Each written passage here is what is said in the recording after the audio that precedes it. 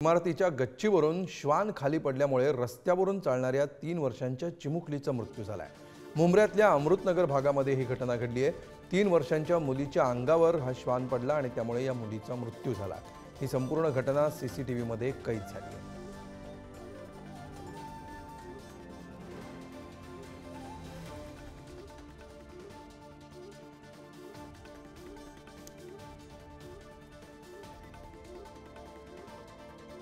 कोणालाही हळहळ वाटावी अशी ही घटना। रस्त्यावरून चाललेल्या या चिमुकलीच्या डोक्यात थेट गच्चीवरून कोसळलेला श्वान पडला आणि या घटनेमध्ये या मुलीला, या चिमुकलीला आपले प्राण गमवावे लागले। कोणाच्याही ध्यानीमनी नसताना अचानक घडलेली ही अपघाती घटना। मात्र या घटनेमुळे एका चिमुकलीचा मृत्यू झालाय। या परिसरामध्ये सध्या हळहळ पसरली।